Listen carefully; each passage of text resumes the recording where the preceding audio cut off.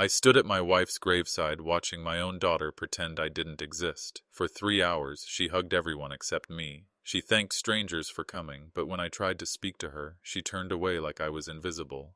I thought losing Margaret was the worst pain I'd ever feel. I was wrong. The real devastation came when I realized my daughter had already buried me long before her mother died. I stood at my wife's graveside watching my own daughter pretend I didn't exist. For 3 hours, she hugged everyone except me. She thanked strangers for coming, but when I tried to speak to her, she turned away like I was invisible. I thought losing Margaret was the worst pain I'd ever feel. I was wrong. The real devastation came when I realized my daughter had already buried me long before her mother died.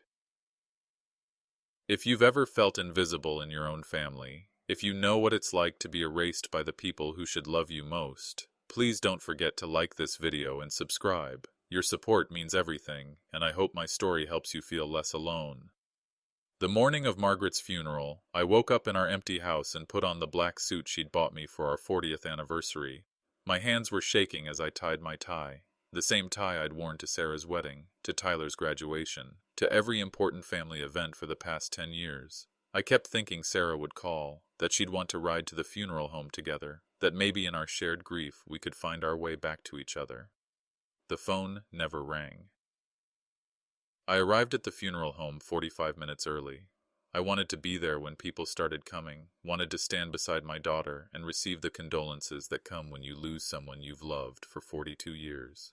But Sarah was already there, surrounded by people I barely recognized. She was wearing Margaret's pearls, the ones I'd given my wife on our wedding day, and she was holding court like a hostess at a dinner party. I walked over to her, my heart pounding. "Sarah, honey, how are you holding up?" She looked right through me. "Excuse me," she said to the group around her. "I need to check on the flowers." The flowers, white lilies arranged in perfect sprays around Margaret's casket. I'd never seen them before in my life. Margaret loved roses. Red roses, the kind I brought her every Friday for 4 decades. These lilies were elegant, expensive, and completely wrong. But I hadn't been asked about the flowers. I hadn't been asked about anything. Mrs. Peterson from down the street came over and took my arm.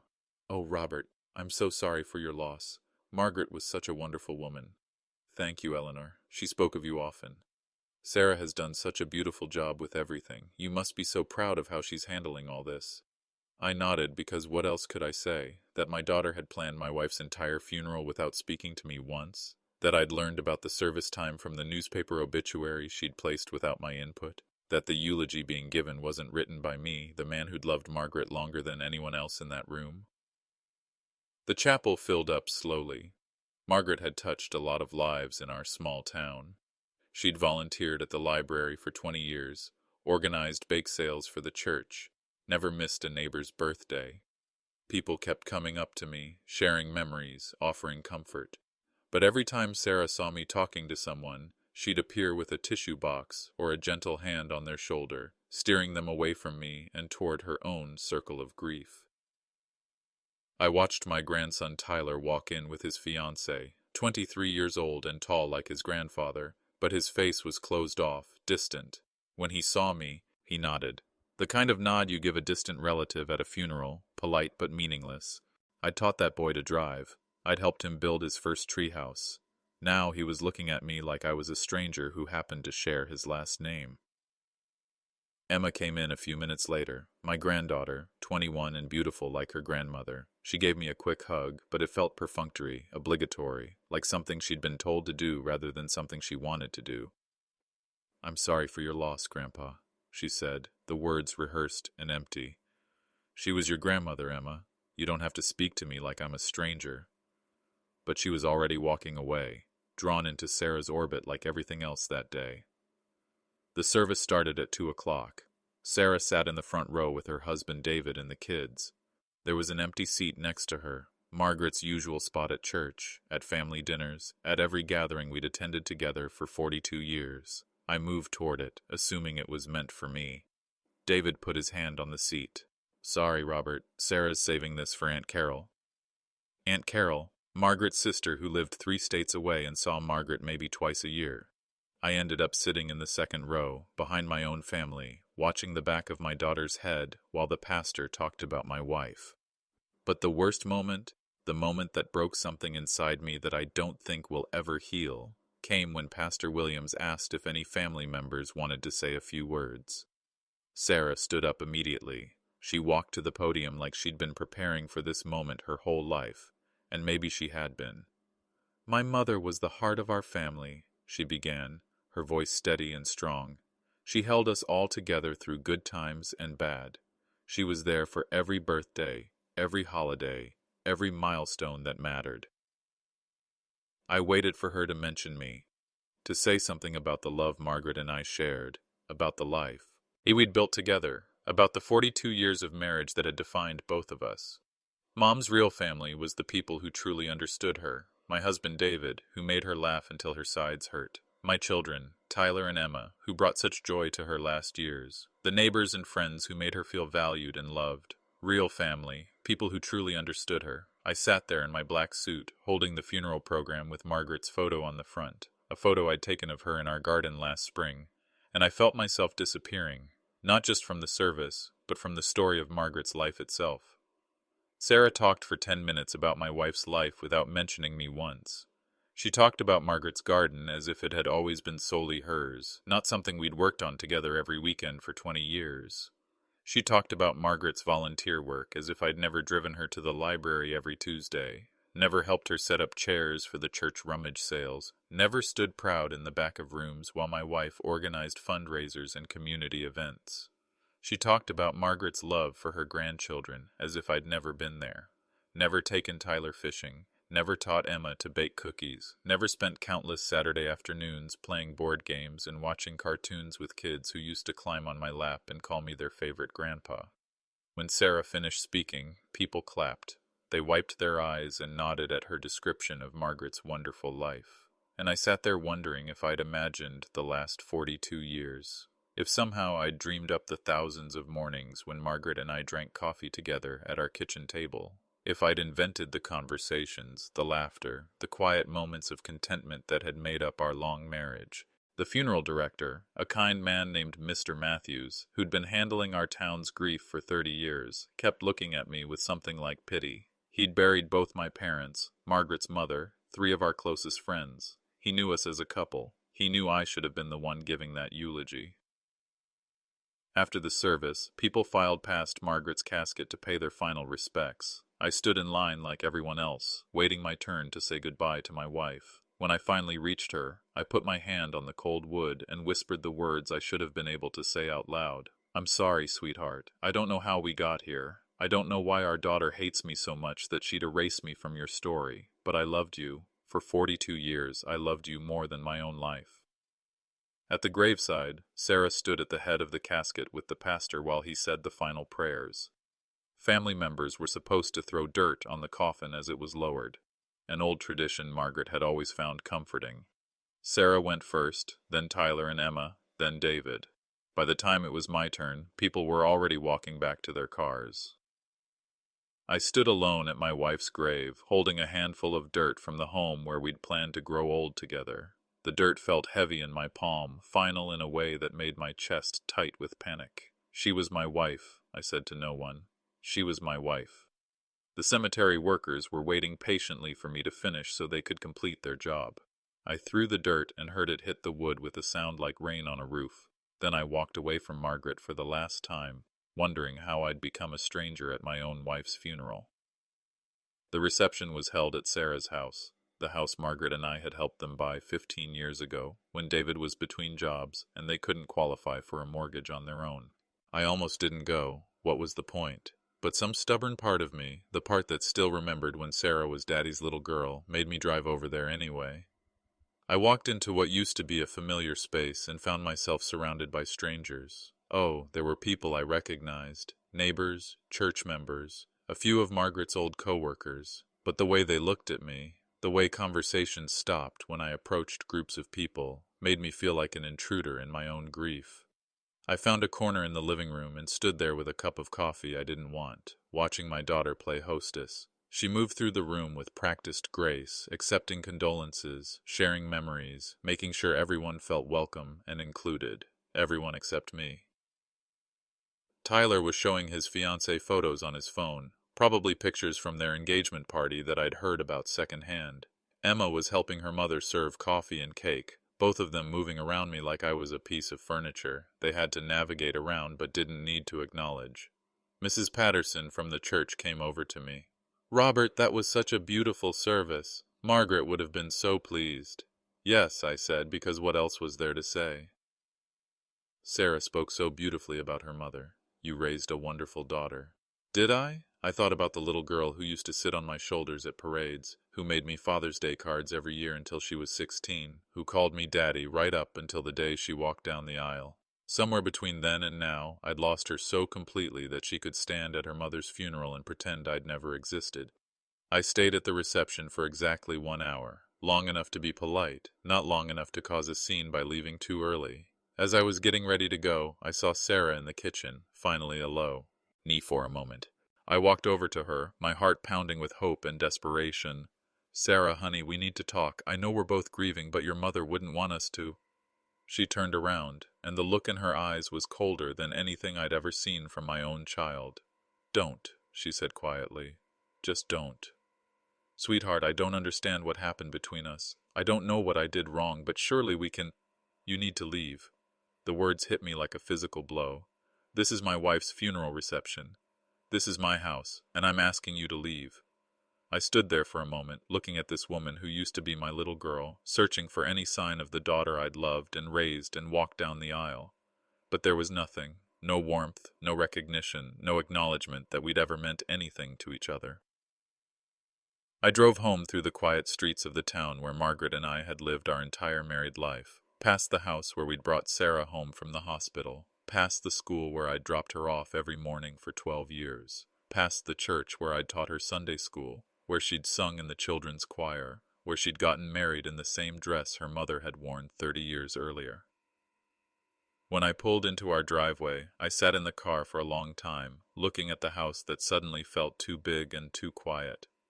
Margaret's roses were blooming along the front walkway, the red roses she'd loved, the ones Sarah had replaced with white lilies that meant nothing to any of us. I walked inside and took off my black suit, hung it carefully in the closet next to Margaret's dresses.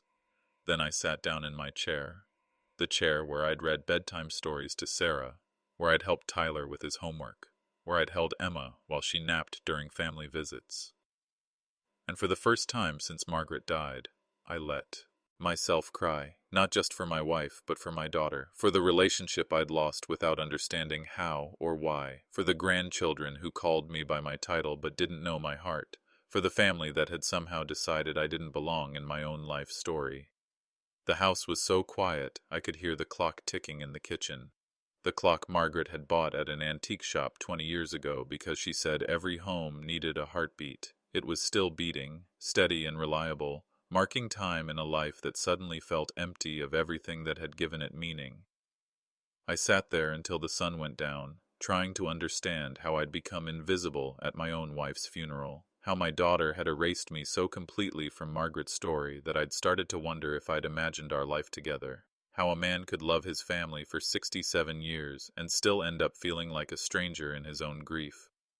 The phone rang once around 9 o'clock, and for a moment my heart leaped with hope that it might be Sarah, that she'd come to her senses and wanted to talk. But it was just a telemarketer, someone selling life insurance to a man whose life had just proven to be worth nothing to the people who were supposed to love him most. I turned off the lights and went to bed in the house that Margaret and I had filled with 42 years of love and laughter. And as I lay there in the darkness, listening to the heartbeat clock marking time in my empty kitchen, I realized that the funeral had been more than goodbye to my wife. It had been the day I learned that my daughter had been saying goodbye to me for 20 years, and I'd been too naive to hear it. Driving home from the cemetery, I couldn't stop thinking about when everything changed. The empty passenger seat where Margaret should have been sitting felt like an accusation. 42 years of her ride in. G beside me, and now she was gone, buried under dirt and flowers I'd never chosen. When they did come over, the dynamic was different. Sarah would sit at the far end of the table, checking her phone instead of joining the conversation. The kids would be restless, eager to leave, like visiting grandparents had become a chore they had to endure rather than something they looked forward to. Sarah would hurry them through dinner, making excuses about bedtimes and early mornings, cutting short the visits that used to stretch late into the evening. I told myself she was busy. Young mothers are overwhelmed, I reasoned. She's got 2 little kids and a husband and a house to take care of. She'll come around when things settle down. Margaret always made excuses for her too. She's under so much pressure, honey. You remember how hard it was when she was little, trying to balance everything, never feeling like you're doing enough. But we made time for family, I'd say. We made time for what mattered. She's doing the best she can. Give her time. But looking back now, I can see the pattern. It wasn't about time or pressure or the normal struggles of raising a family. It was deliberate, systematic. Sarah was building walls between us, and she was doing it so gradually that I didn't realize I was being locked out until it was too late. Every time I tried to be involved with Tyler and Emma, Sarah found reasons why it wasn't convenient. When I offered to babysit so she and David could have a date night, she'd say the kids were too attached to their routine, that it would upset them to have someone different put them to bed. When I suggested taking Tyler fishing, the same way I'd taken her when she was his age, she'd worry about the weather or the water or whether he was old enough to sit still for that long. When Emma started playing soccer, I asked if I could come to her games. Sarah said she'd let me know the schedule, but somehow she always forgot to call, until after the games were over. When Tyler joined Little League, I bought him a glove and offered to practice with him in our backyard. Sarah said they didn't have time, that David was already working with him, that too many coaches would just confuse him. Every offer of help was politely declined. Every attempt to spend time with the grandchildren was gently redirected. Every suggestion I made about family activities or holiday plans was met with reasons why it wouldn't work, couldn't happen, wasn't what Sarah had in mind. During holidays, she'd arrange things so Margaret and I barely had time alone with Tyler and Emma.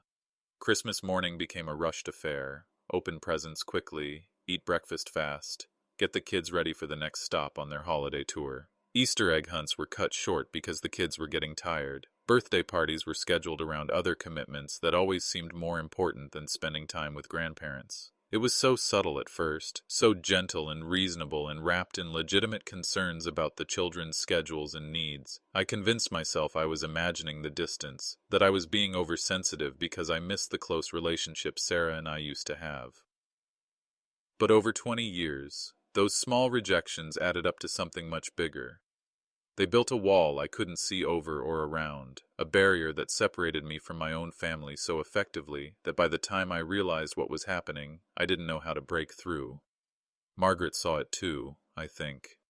I'd catch her watching me when I'd get off the phone with Sarah, when another Sunday dinner got canceled, when another attempt to spend time with the grandchildren got politely deflected, but she never wanted to confront Sarah about it. "Let's not make waves," she'd say, whenever I suggested we needed to have a conversation with our daughter about what was happening. "You know how she gets when she feels pressured. She'll come around. She just needs space to figure things out." How much space does she need, Margaret? It's been 10 years since she's had a real conversation with me. 15 years since she's asked for my advice about anything. The kids barely know me. Don't exaggerate, Robert. They love their grandfather. But they didn't love me the way Tyler loved David's father, who got to take him to baseball games and fishing trips. They didn't love me the way Emma loved Margaret, who she actually called with questions and problems and excited updates about school. To Tyler and Emma, I was a title more than a relationship. The man they called Grandpa out of obligation rather than affection.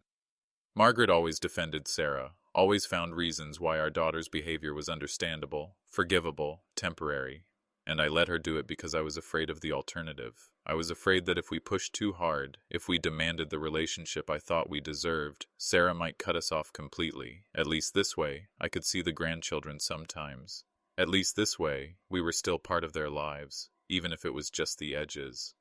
I was so naive. I thought if I was patient enough, loving enough, understanding enough, Sarah would eventually remember that I was her father, that I'd been there for every scraped knee and bad dream and heartbreak she'd ever experienced, that I'd taught her to drive and walked her down the aisle and loved her unconditionally for 35 years. I thought love was enough. I thought history mattered. I thought being family meant something that couldn't be erased by silence and gradual rejection. Now, sitting in my empty house after burying my wife, surrounded by 42 years of memories Margaret and I built together, I'm realizing my daughter hasn't just been distant. She's been systematically removing me from her life, and now she's trying to remove me from Margaret's memory too. The signs. were all there. The shortened phone calls, the canceled visits, the way she'd change the subject whenever I tried to give advice or share an opinion, the way she'd position herself physically at family gatherings so I was always on the periphery of conversations, the way she'd make plans and tell Margaret about them, expecting Margaret to pass along the information to me like I was a distant relative rather than her father. 20 years of small rejections that I told myself were temporary. 20 years of being patient and understanding while my daughter built a life that had no real place for me. 20 years of watching her raise my grandchildren to see me as a stranger, someone they were polite to but didn't really know or need or love. And Margaret knew. She saw it happening, felt the tension at every family gathering, watched me struggle to connect with children who should have been climbing on my lap and begging for stories. But she never said anything because she was terrified of losing what little access we had to Tyler and Emma. I understand that now. I understand why Margaret chose peace over confrontation, why she made excuses for Sarah's behavior instead of demanding better. She was protecting the small scraps of family connection we had left, even though it meant watching me slowly disappear from my own daughter's life. The phone is ringing now, breaking the silence of this empty house. For just a moment, my heart jumps with hope that it might be Sarah, that maybe burying her mother has made her realize how precious family really is, how stupid it is to waste years building walls instead of bridges. But it's just a neighbor calling to check on me, to make sure I'm eating enough and taking care of myself now that Margaret's gone. Kind people who understand that grief is hard and that being alone makes everything worse. If only they knew that I've been Aloud. One for 20 years. I just didn't realize it until today. The phone call came 3 days after the funeral.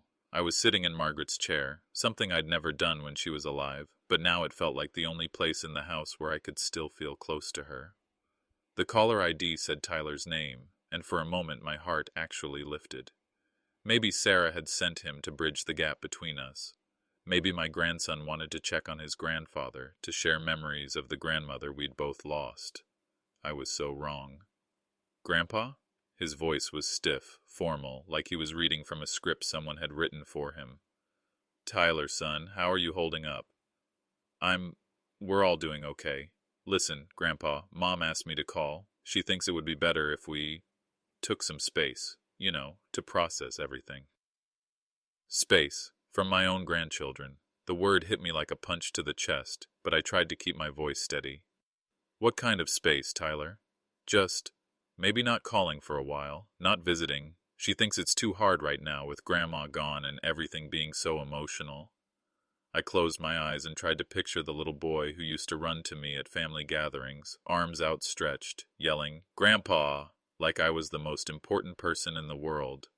That boy was now 23 years old, engaged to a nice girl named Jessica, working at an accounting firm downtown, and he was calling to tell me that his mother thought I was too much trouble to deal with. Tyler, you don't have to do what your mother says anymore. You're a grown man. If you want to see your grandfather... It's not about what I want, he interrupted, and something in his tone made me realize this conversation was harder for him than I'd first thought. It's about what's best for everyone right now. What's best for everyone. Code for what Sarah wanted, what Sarah had decided, what Sarah would allow. Son, I've been your grandfather for 23 years. I taught you to ride a bike in this very driveway. I helped you with your science fair projects. Cheered at every baseball game your mother would let me attend. Don't you think... I have to go, Grandpa. Jessica and I have dinner plans. The line went dead, and I sat there holding the phone, staring at Margaret's empty chair across from me. This was it, then. Sarah had decided that losing Margaret wasn't enough. She was taking the grandchildren, too.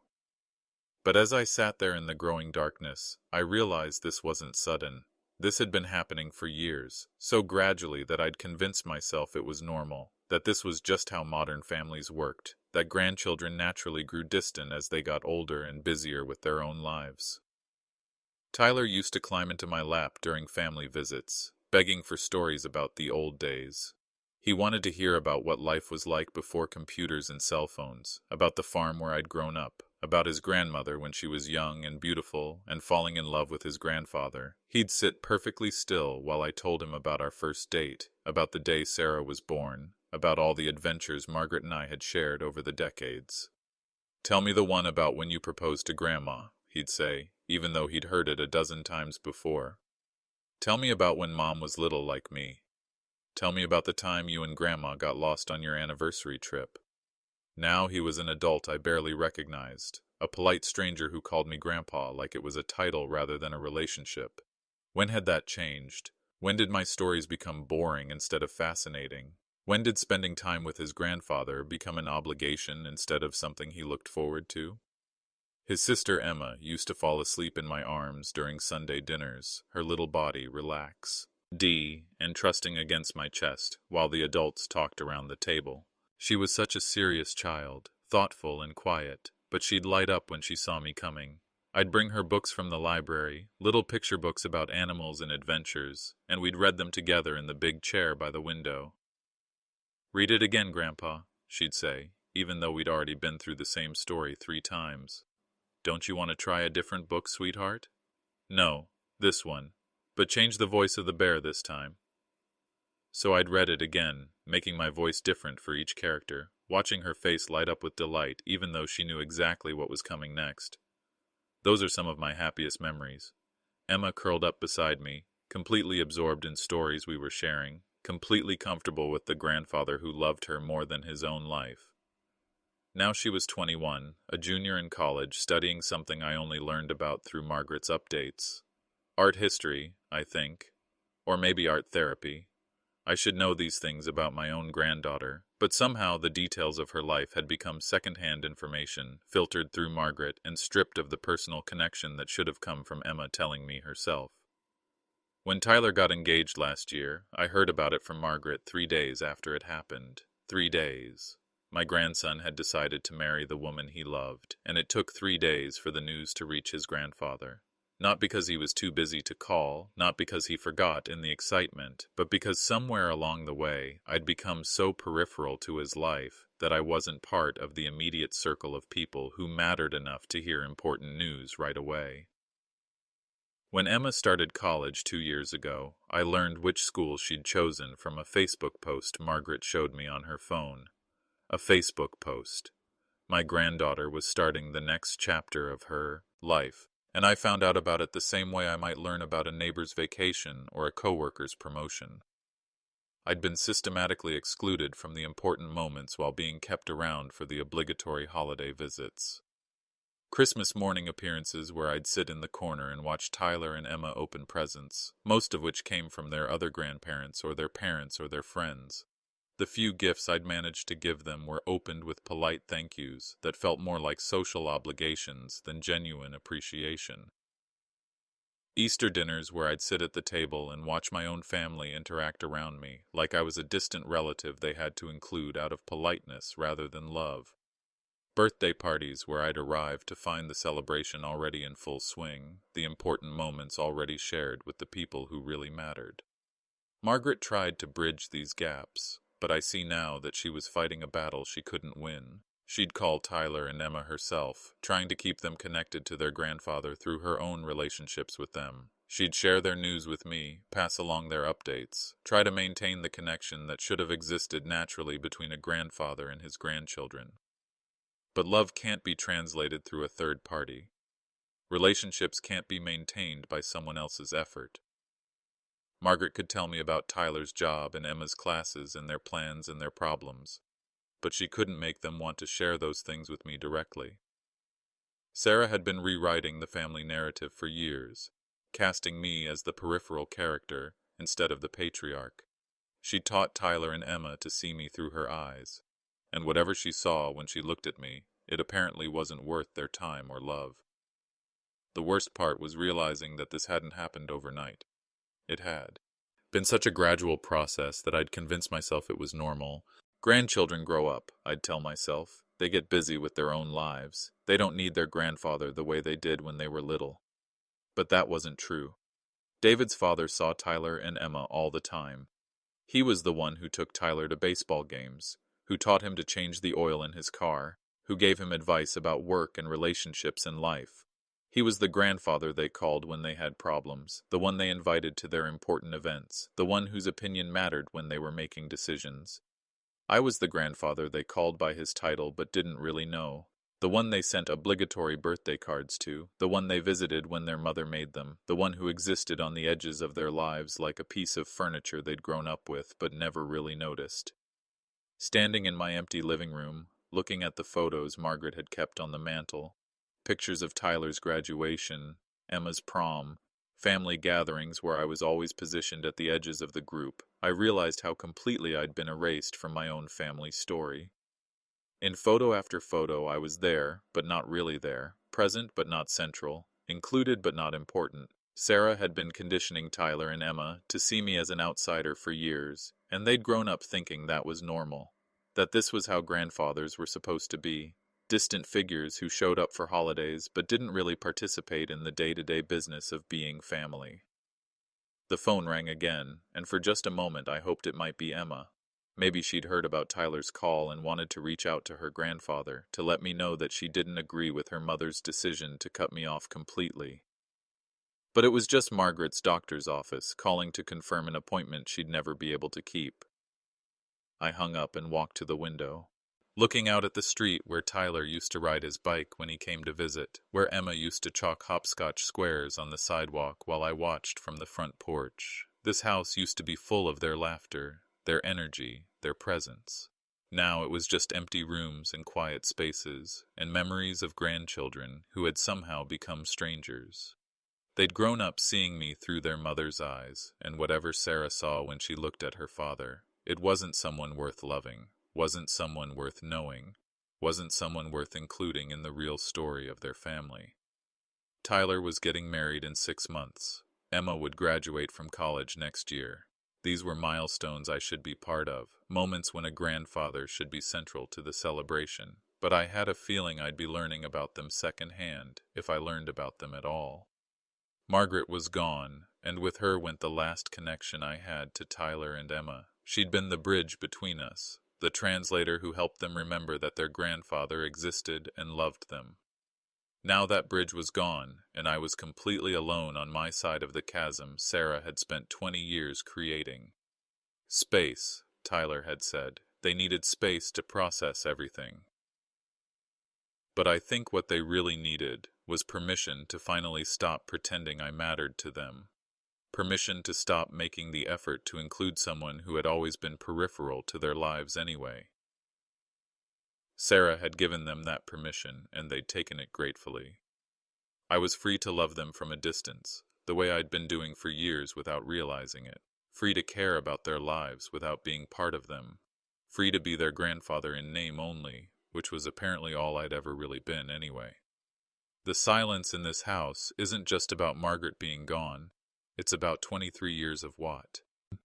Watching my grandson grow up without really knowing him, and 21 years of loving my granddaughter without being allowed to show her how much she meant to me. It's the sound of a family that moved on without me long before I realized I'd been left behind. Margaret's sister Carol called me a week after the funeral. I was in the garage, going through boxes of Christmas decorations that Margaret had organized every January with military precision, when the phone rang. Carol's voice was shaking, and at first I thought she was just calling to check on me the way people do when someone loses their spouse. I had no idea she was about to shatter everything I thought I knew about my relationship with my daughter. "Robert, I need to tell you something, and you're not going to like it." I set down the box of ornaments Sarah and I had made together when she was little, construction paper angels and popsicle stick stars that Margaret had saved for 30 years. "What is it, Carol?" "It's about Sarah. About things she's been saying about you for, God, Robert, for years now." My stomach dropped.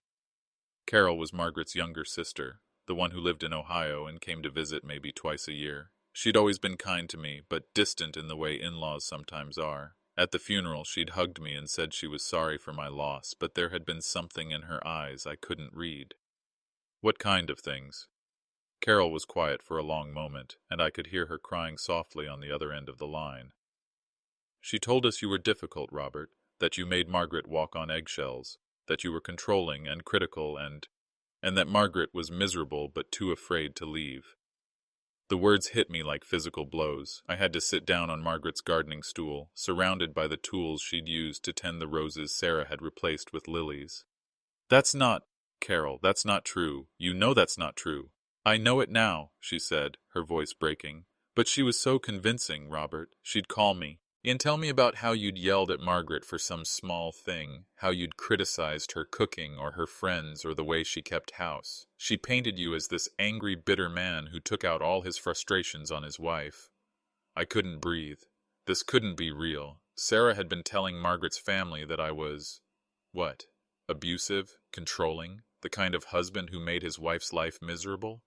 She said you didn't want Tyler and Emma around, Carol continued. She said you complained that they were too loud, too messy, that you'd rather have a quiet house than deal with grandchildren. That's insane, I whispered. Carol, you know how much I love those kids. You've seen me with them. Have I, though? Really? Carol's voice was gentle but honest. When was the last time I saw you and the grandchildren together? When was the last time any of us saw you being grandfatherly? The question hung in the air like an accusation, because the truth was, Carol was right.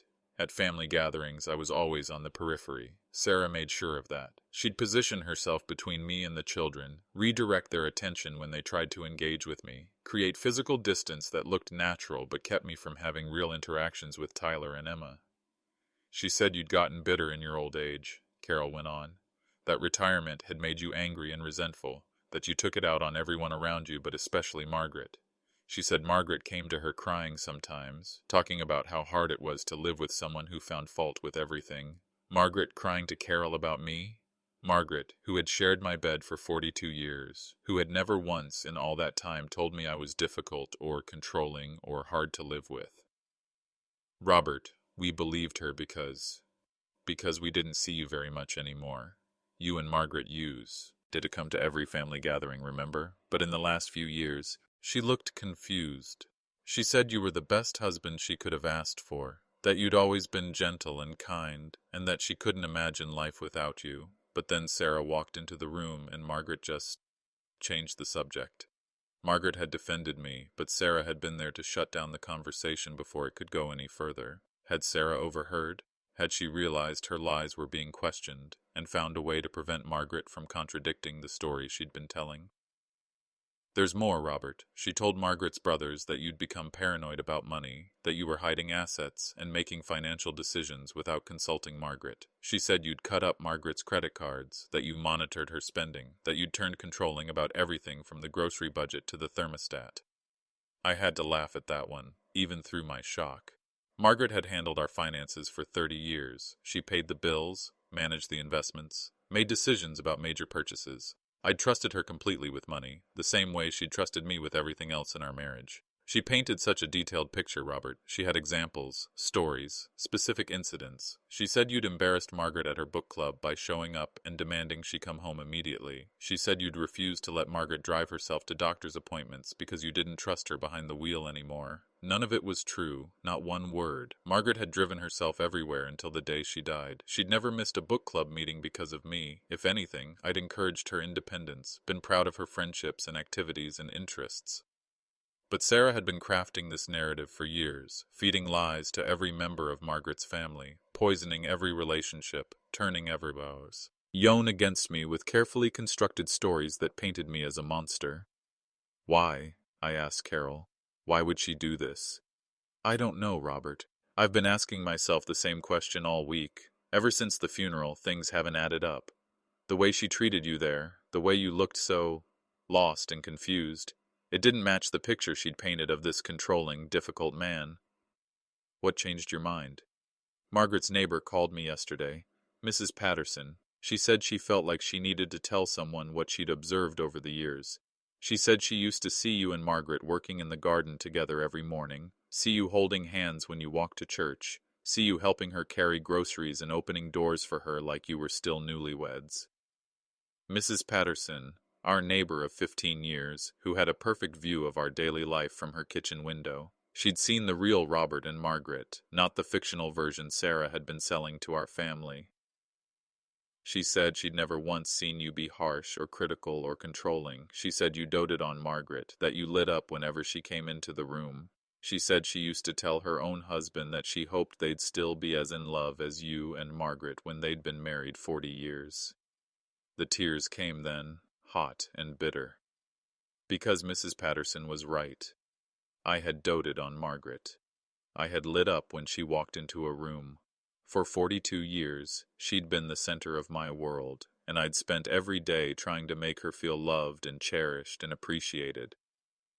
Robert, I owe you an apology. We all do. Margaret's brothers, my husband, even my kids, we all bought into Sarah's version of events.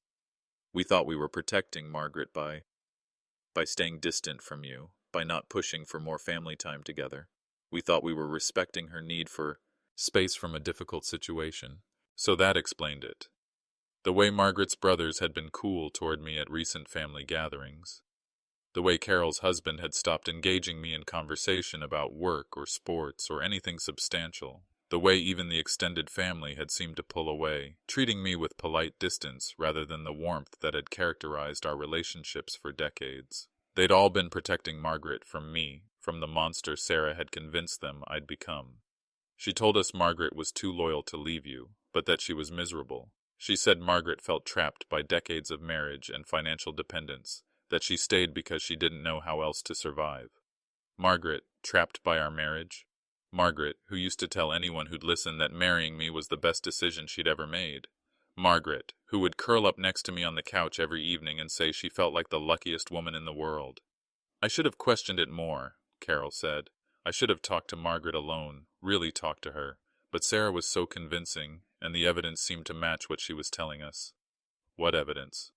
The way you'd become quieter at family gatherings, the way Margaret sometimes seemed tense when you were around other people, the way you and Sarah barely spoke to each other anymore. Of course Margaret had seemed tense. She'd been watching her daughter systematically exclude her husband from family conversations, watching me get smaller and quieter at every gathering, watching our family fracture and not knowing how to stop it without risking losing her grandchildren completely. Of course I'd become quieter. When every attempt to participate in conversation gets redirected or shut down, when every effort to connect with your grandchildren gets blocked, when your own daughter treats you like an unwelcome stranger, you learn to stay silent rather than keep trying. Of course, Sarah and I barely spoke. She'd been orchestrating this isolation for years, and I'd been too naive to recognize it as deliberate rather than accidental. Robert, is there anything we can do? Any way to make this right? I looked around the garage at 42 years of accumulated life. Christmas decorations that would never be used again. Garden tools that would rust without Margaret there to tend her roses. Photo albums full of memories that Sarah was trying to rewrite. Family history she was attempting to erase. I don't know, Carol. The damage is already done, isn't it? Margaret's gone. She died thinking her family had good reasons to keep their distance from her husband. She died believing that her brothers and sister were protecting her from something, when really they were just believing lies. She knew we loved her, Carol said softly. She knew we cared about her happiness. But she also knew something was wrong. She knew her family was pulling away from me, and she didn't understand why. She must have been so confused, so hurt by the distance she felt, but couldn't explain. The full scope of Sarah's betrayal was becoming clear. It wasn't just about excluding me from family gatherings or limiting my access to the grandchildren. She'd poisoned my relationship with everyone who mattered to Margaret. She'd isolated me not just from my own family, but from the entire network of relationships that had given my life meaning and connection. She'd made me a stranger in my own life, and she'd done it so systematically, so convincingly, that even the people who had known and loved me for decades had been willing to believe I'd become someone else entirely. I have to go, Carol. Thank you for telling me. I needed to know. Robert, wait. Maybe the boys and I could come visit next month. Maybe we could try to... Maybe, I said, but we both knew it was too late. Margaret was gone, and with her went the center around which all these relationships had revolved. What was the point of rebuilding connections with her siblings now that she wasn't there to benefit from them? I hung up the phone and sat in the garage for a long time, surrounded by the evidence of a life that Sarah had been systematically dismantling for 20 years.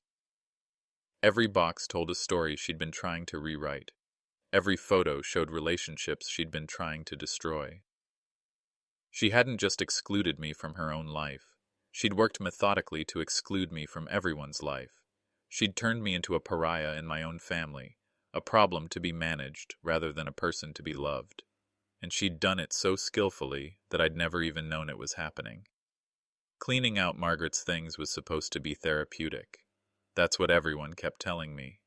The neighbors who brought casseroles, the church friends who offered to help, even the funeral director who'd handed me a pamphlet about healthy grieving. They all said the same thing.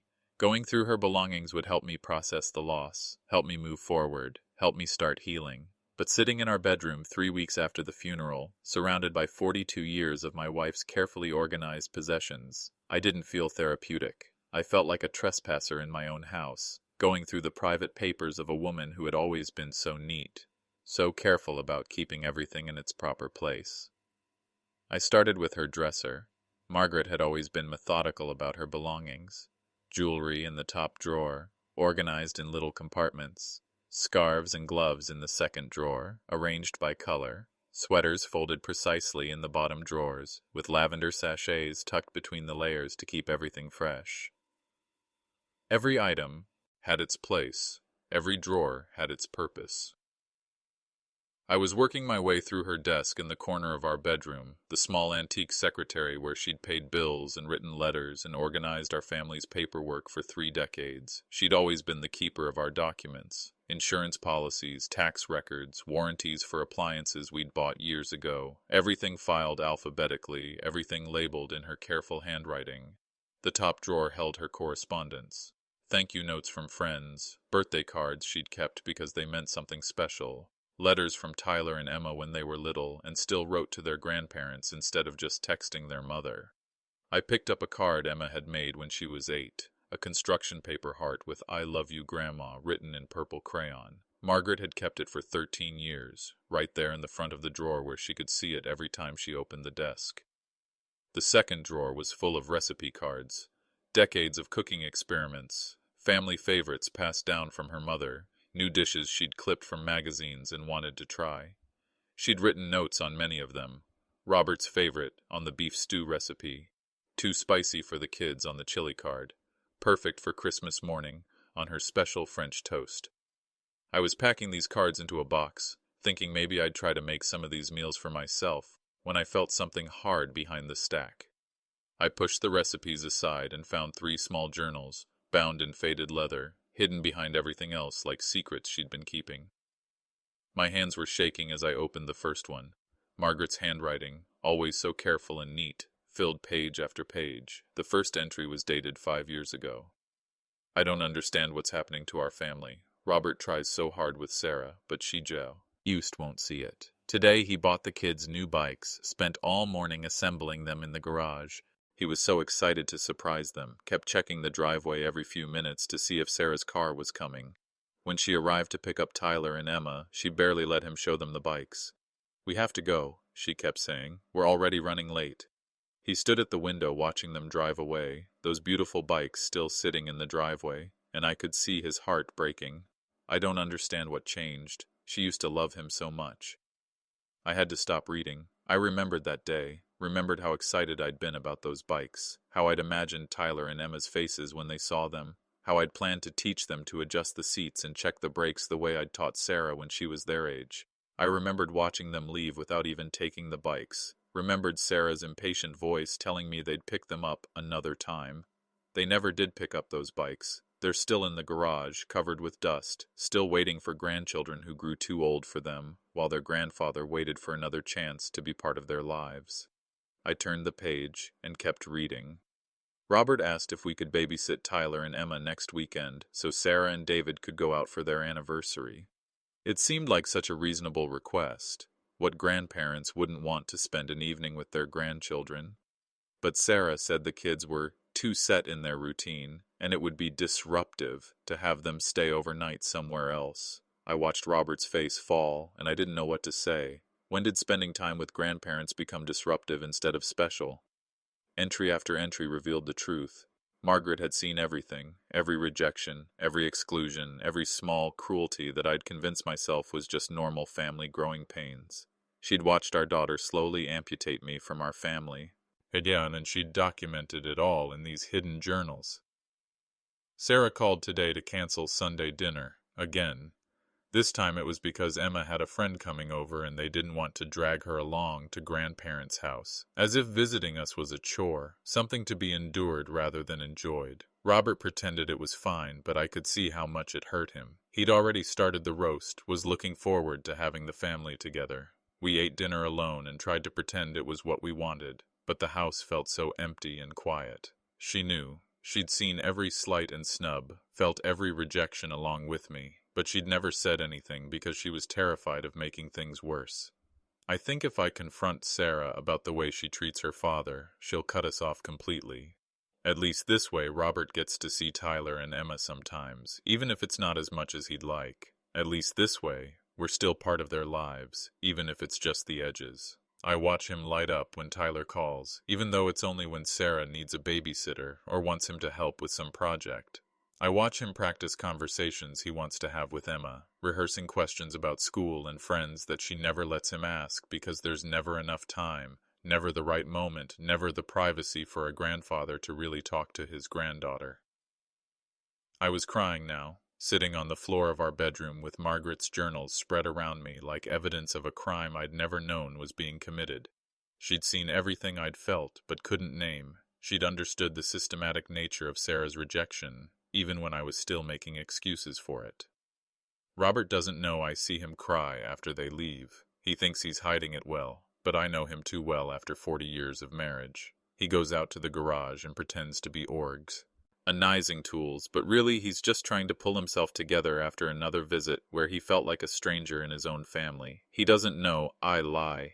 Awake at night, wondering what we did wrong, how we raised a daughter who could be so cruel to the man who loved her unconditionally for 35 years.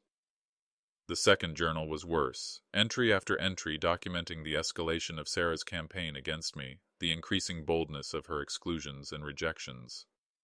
Today was Tyler's birthday party. Sarah said it was going to be small and intimate, just immediate family. But when we arrived, David's parents were already there, along with his brother and sister-in-law and their kids. Robert and I were the only ones who seemed surprised by the crowd. Everyone else was comfortable and familiar with each other, like they'd been planning this together while we were deliberately kept out of the loop. Robert tried to engage with the other adults, but they all seemed to have inside jokes and shared experiences that didn't include us. We were family, but we were treated like distant relatives who had to be included out of obligation rather than love. Sarah announced Emma's college choice at Easter dinner, not to us, but to the whole table at once, like it was news she was sharing with everyone equally. But David's parents already knew. They'd been part of the decision-making process, had visited campuses with Emma, had helped her narrow down her choices. Robert and I found out about our granddaughter's future the same way casual acquaintances would, as an announcement rather than a conversation. I watched Robert's face and knew he was wondering the same thing I was. When did we become outsiders in our own granddaughter's life? The entries became more desperate as Margaret realized what was happening, but felt powerless to stop it. I tried to talk to Robert about what I'm seeing, but I don't know how to put it into words without sounding paranoid or dramatic. How do you tell your husband that your daughter is system, though? Adequately excluding him from the family? How do you explain that every cancellation isn't coincidence, every shortened visit isn't just busy schedules, every awkward moment isn't just normal family growing pains? I think he sees it too, but neither of us knows how to fight something so subtle, so gradual, so wrapped in reasonable explanations and legitimate concerns. The final journal contained the most painful entries, written in the months before Margaret's stroke. Her handwriting was shakier, less controlled, as if the stress of watching our family disintegrate was affecting her physically. Robert offered to take Tyler fishing for his 21st birthday, the same way his grandfather had taken him, the same way he'd taken Sarah when she was young. It seemed like such a perfect opportunity for them to spend time together, to have those conversations that matter between grandfather and grandson. But Sarah said Tyler was too busy with work and school and his girlfriend. Too busy for his grandfather, but not too busy for David's father, who took him golfing the following weekend. I watched Robert pretend it didn't matter, but I know it broke something inside him that Tyler had time for one grandfather but not the other. Emma graduated summa cum laude, and we found out from a Facebook post. A Facebook post. Our granddaughter achieved something wonderful, something she'd worked toward for 4 years. and we learned about it the same way we might learn about a neighbor's vacation or a coworker's promotion. Sarah called 3 days later to let us know about the graduation ceremony, but it was clear the invitation was perfunctory. She expected us to be there, but she didn't expect us to matter. The final entry was dated just 2 weeks before Margaret's stroke. Her handwriting was barely legible, as if she'd been crying while she wrote, "I think it's killing him, Tots." His slow rejection. Robert has always been such a loving father, such a devoted grandfather. He pours his heart into every interaction with Sarah and the kids, and they give him crumbs in return. He doesn't understand why his love isn't enough, why his presence isn't welcomed, why his own daughter treats him like a burden instead of a blessing. I watch him trying so hard to be the father and grandfather he's always been, and I watch Sarah punishing him for reasons I don't understand. I'm too much of a coward to confront her about it. I'm afraid if I push too hard, if I demand better treatment for Robert, she'll cut us off completely. I'm afraid of losing Tyler and Emma entirely, so I stay silent and watch my husband's heart break a little more each day, and I pray God forgives me for choosing peace over my husband's pain. I closed the journal and sat in the silence of our bedroom, surrounded by the evidence of Margaret's secret anguish. She'd seen everything, understood everything, documented everything, but she'd never felt strong enough or brave enough to fight for me, to demand that Sarah treat her father with the respect and love he deserved. She'd chosen to preserve what little connection we had with the grandchildren, even if it meant watching me slowly die inside from rejection and exclusion. She'd protected the peace, even if it meant sacrificing my happiness. And the most heartbreaking part was that she'd carried this burden alone. She'd watched me struggle and suffer and pretend everything was fine, while she secretly documented the systematic destruction of our family in journals she hid behind recipe cards like evidence of a crime she couldn't prevent. Margaret had known the truth about what Sarah was doing to me, to us, to our family, but she'd died thinking she was protecting the grandchildren by staying quiet, not realizing that her silence had enabled 20 years of cruelty that culminated in me being erased from my own wife's funeral. She'd loved me enough to see the truth, but not enough to fight for it. And now she was gone, and I was alone with the evidence of her secret knowledge and my invisible pain, finally understanding that the woman I'd loved for 42 years had been carrying the weight of our family's destruction in these hidden pages, while I'd been carrying it in my breaking heart. The reading of Margaret's will was supposed to be a formality. At least that's what I thought as I drove to Mr. Harrison's office on a gray Tuesday morning, 3 weeks after burying my wife.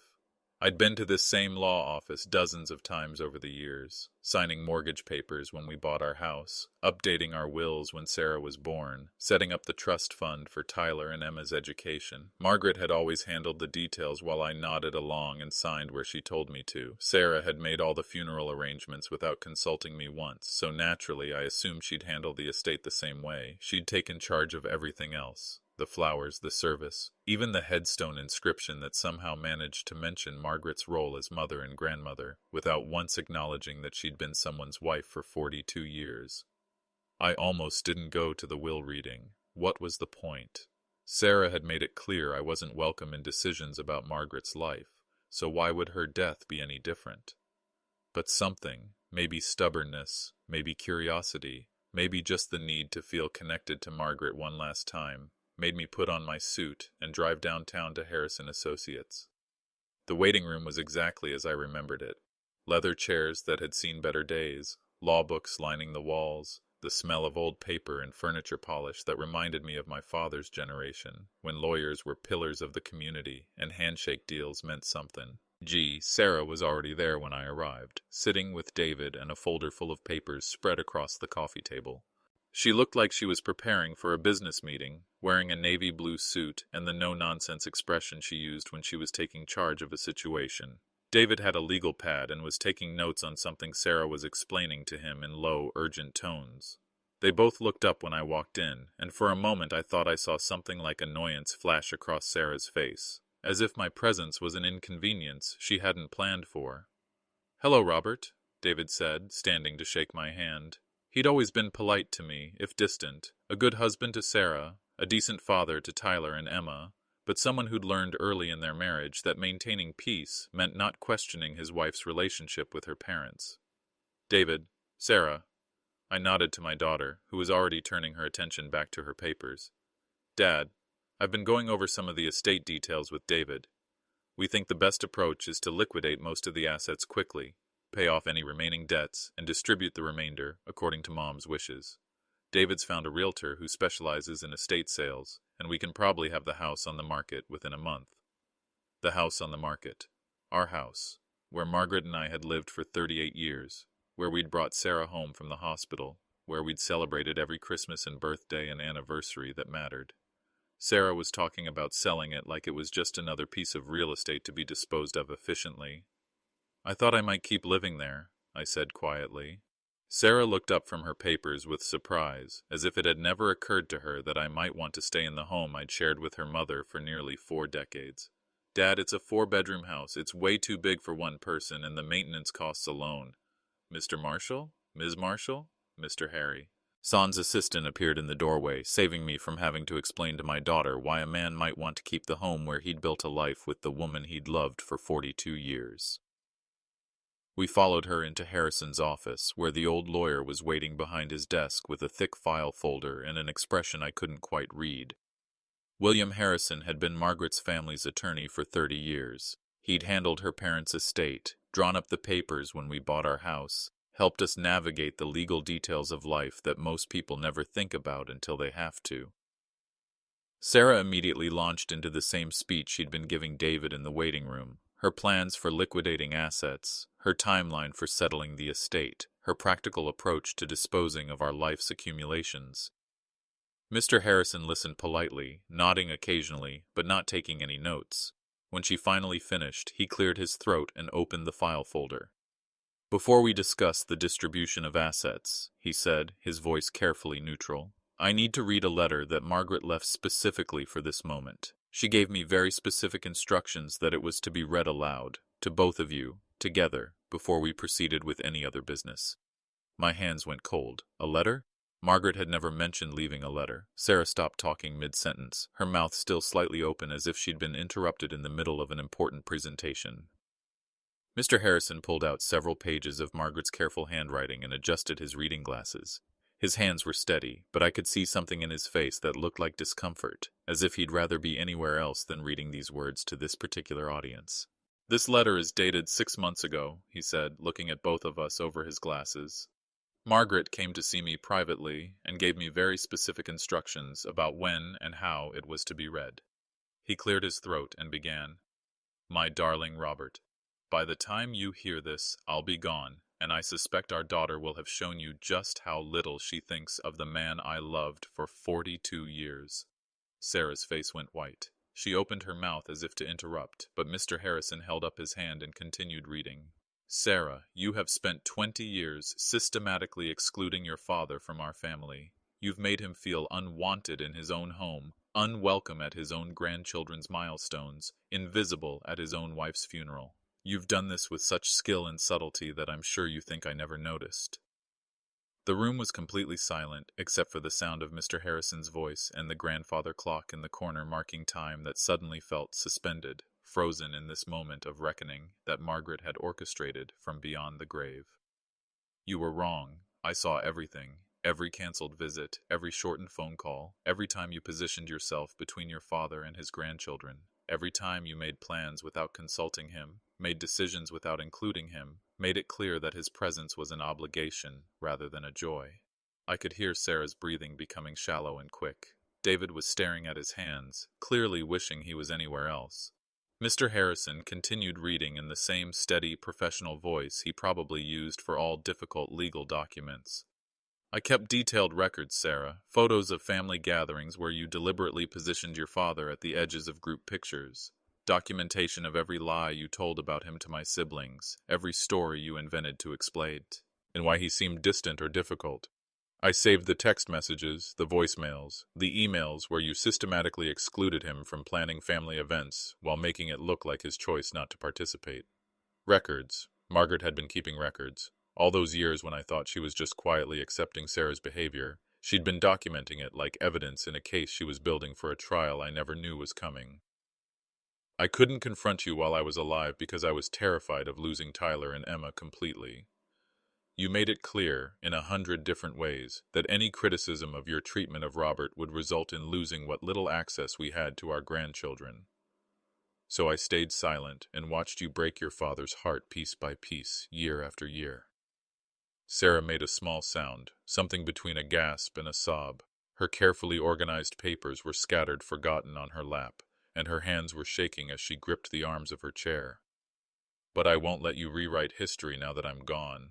Your father is a good man who loved you unconditionally for 35 years.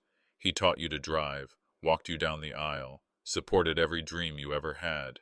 And you repaid that love with systematic cruelty that I documented but was too afraid to stop. The letter went on for several more pages, cataloging years of rejection and exclusion in Margaret's careful, precise language. Every canceled holiday dinner, every shortened visit, every time Sarah had made it clear that my presence was tolerated rather than welcomed. She'd seen it all, recorded it all, and saved it for this moment when she wouldn't be there to speak for me herself. Mr. Harrison's voice remained steady and professional, but I could see the strain in his face as he read Margaret's words aloud to a room full of people who were learning truths they'd had to avoid for 20 years. Sarah still hasn't spoken to me since that day in the lawyer's office. David occasionally sends Christmas cards or brief updates about their lives, but it's clear he's walking a tightrope between maintaining peace with his wife and acknowledging that she'd been systematically cruel to her father for 20 years. I don't expect reconciliation with Sarah anymore. Margaret's documentation made it impossible for her to claim ignorance or misunderstanding. She'd been deliberate and calculating in her rejection of me, and now she has to live with the consequences of having that truth exposed to everyone who matters. But Tyler and Emma have both benefited from the education funds Margaret set up for them. Tyler used his inheritance to help with the down payment on his first house. Emma is planning to use hers for graduate school, possibly pursuing a master's degree in art therapy. They've both maintained the relationship with me that Margaret required, not because they have to, but because they want to. I can't believe how much time we lost, Emma said recently, showing me her latest painting, a portrait of Margaret working in her garden, painted from one of the photographs on the mantel. We can't get back the past, I told her, but we have now. We have all the time ahead of us. Justice, I'm learning, isn't always dramatic or satisfying in the ways you expect it to be. Sometimes it's just the quiet recognition of truth, the slow rebuilding of relationships that should never have been broken, the gradual healing of wounds that had been inflicted over decades. Sometimes justice looks like a grandson calling to share news about his promotion at work, or a granddaughter stopping by to show you her latest artwork, or Sunday dinners where the conversation flows naturally and no one is watching the clock or making excuses about why they need to leave early. Sometimes justice is the peaceful silence of a house where you're no longer walking on eggshells, no longer wondering why your own family treats you like a stranger, no longer trying to decode the subtle ways you're being excluded from your own life. Sarah is learning to live with consequences she never thought would come. I'm learning to live with love I thought I'd lost forever. And Margaret, wherever she is, finally got to have the last word in a conversation that lasted 20 years too long. The house feels different now. Not empty, but peaceful. Like the truth finally has room to breathe. Like love finally has space to grow. Like family finally means what it was always supposed to mean. Margaret found her voice in the end, and she used it to defend the husband who had never understood why his own daughter had stopped loving him. She used it to protect the grandfather who deserved to know his grandchildren before it was too late. She used it to say everything she'd been too afraid to say while she was alive, to fight battles she'd been too scared to fight while she was living. And in doing so, she gave me back the family I thought I'd lost forever. That's what justice looks like sometimes. Not dramatic courtroom scenes or public vindication, but quiet Sunday afternoons with grandchildren who finally know who their grandfather really is, who finally understand that love was always there, waiting for them to be free enough to accept it. Margaret's final gift to me wasn't just the house or the investments or the security of knowing I could live out my days in comfort.